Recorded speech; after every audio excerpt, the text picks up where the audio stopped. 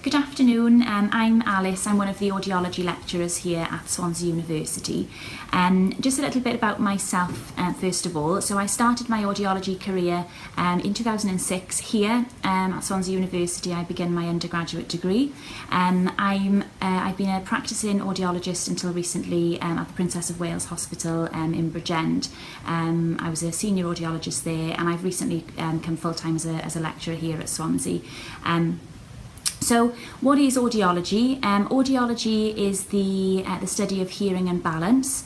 So as audiologists, we are involved in the diagnostic assessment of hearing and balance disorders, and also in the rehabilitation of these conditions.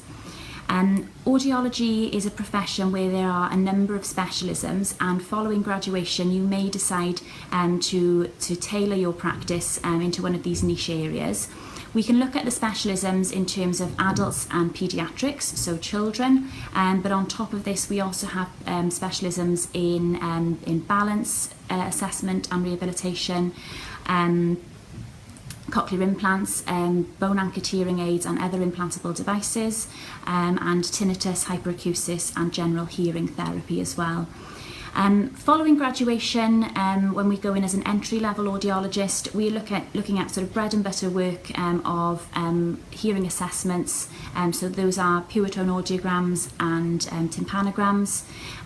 That's for the assessment of hearing disorders. And in terms of the rehabilitation, we are actively involved in hearing aid fittings. So that's prescription of hearing aids with tests such as real ear measurements.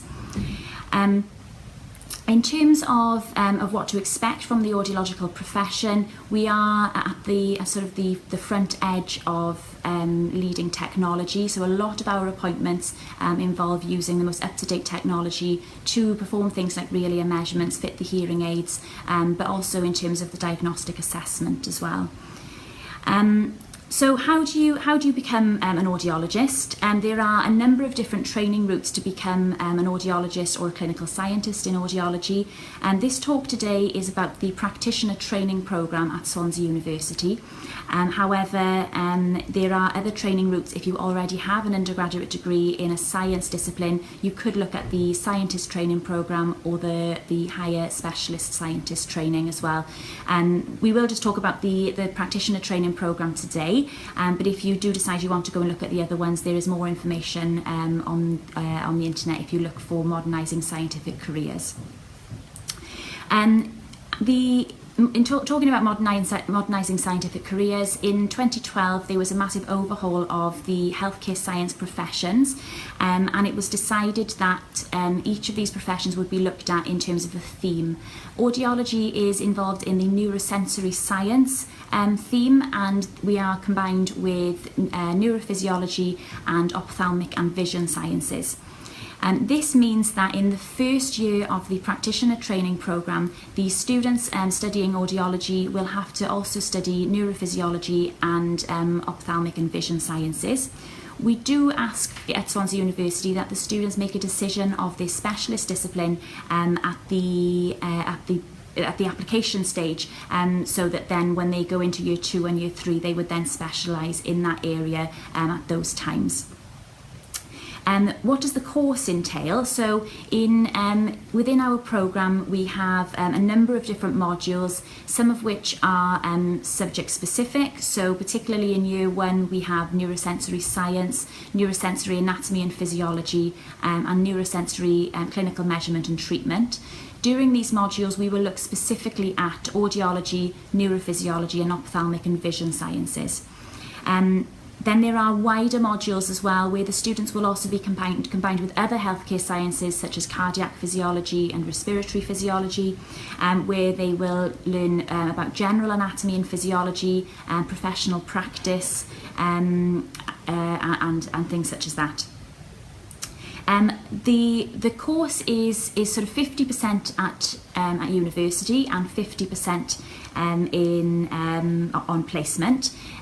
In year 1 we have 10 weeks of clinical placement, where the student will be expected to carry out placements in audiology predominantly, but also some workshops in neurophysiology and ophthalmic and vision sciences.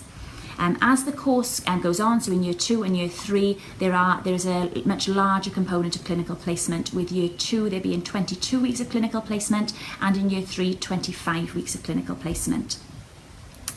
Where would these placements be? Well, actually, the fact that we are the only provider of the audiology programme, practitioner training programme in Wales, it does mean that we have the whole of Wales as our playground for clinical practice. We have 16 centres, audiology centres within Wales that we use as clinical placements. There are 3 in North Wales, we have 2 in Mid Wales, and the rest are along the South Wales corridor. The students would be expected to rotate through these placements, so we don't just place the student in one placement for the entire 3 years. We look to rotate them around all of the hospitals in Wales as best we can to ensure that they have a diverse range of clinical experience.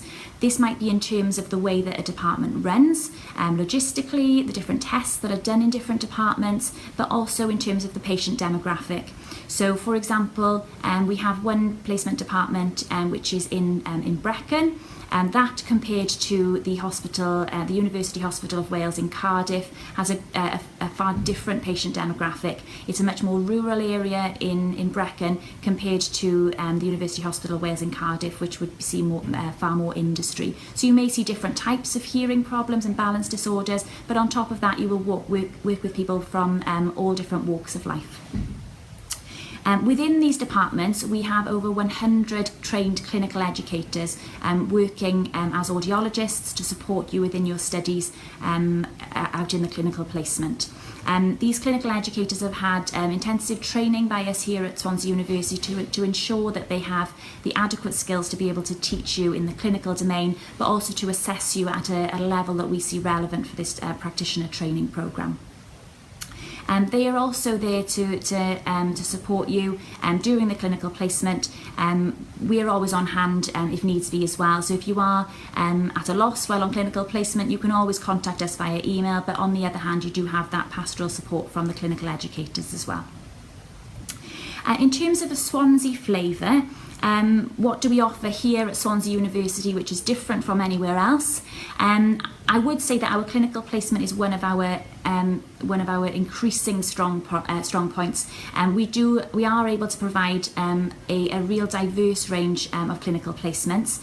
On top of the NHS placements, we are also able to offer private practice placements here at Swansea University within our own Health and Wellbeing Academy. This allows students to see the different side of the coin from NHS placements in the private practice, where things are far, although the tests are the same, the logistics of things are a lot different. When students qualify from us at Swansea University, they are eligible to apply for HCPC registration to work as a private hearing aid dispenser, or they're able to work within the NHS and apply for registration with one of our voluntary registration bodies. We have a really strong community of staff and students here at Swansea University. Students are actively involved in re-evaluating the courses. We have staff-student panels where students are able to get involved in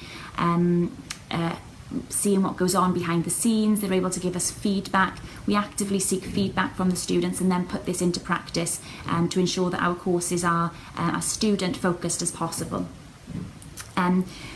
During your studies, you may have the opportunity to be involved in some fundraising. So we're really passionate here within the audiology programme in our fundraising activities. Over the past few years, we've had a number of different activities. For example, our audiology students carried out a sponsored silence for Deaf Awareness Week 1 year, where the students actually simulated a hearing loss with earplugs and went about the day as it would be for somebody with a hearing loss.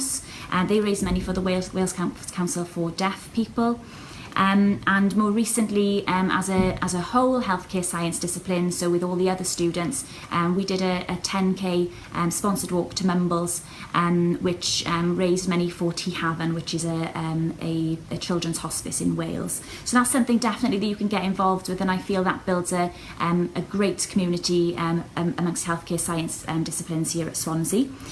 You could also get involved with some volunteering during your during your time here studying with us, and we also have the opportunities for students to go and do some additional travel during their summer breaks. A few years ago, actually, one of our students was fortunate enough to have this experience where she was able to travel to, I think it was Cambodia and Vietnam, with the College of Human and Health Sciences, where she had a little bit of travel time for herself, but also got to find out what happened in the healthcare systems in these countries.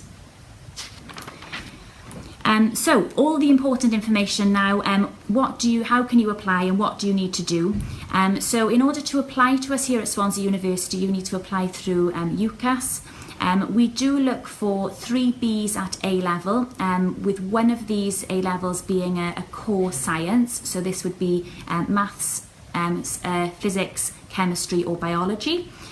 We do accept equivalent qualifications, so if you do have any questions about any equivalent qualifications, we would advise that you contact us about this.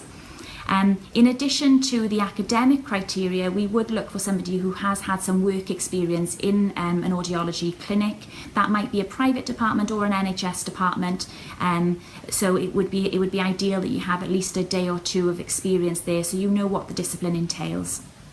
Through your UCAS application, you'll be expected to write a personal statement, and in that personal statement we would look for you to include reasons why you are passionate about studying audiology, and we're looking for those people who really shine out and that they want to work in this profession and the reasons for that. So if you, I think we come to the end of the talk today, so if you do have any other questions after this, please contact chhsadmissions@swansea.ac.uk. Thanks very much.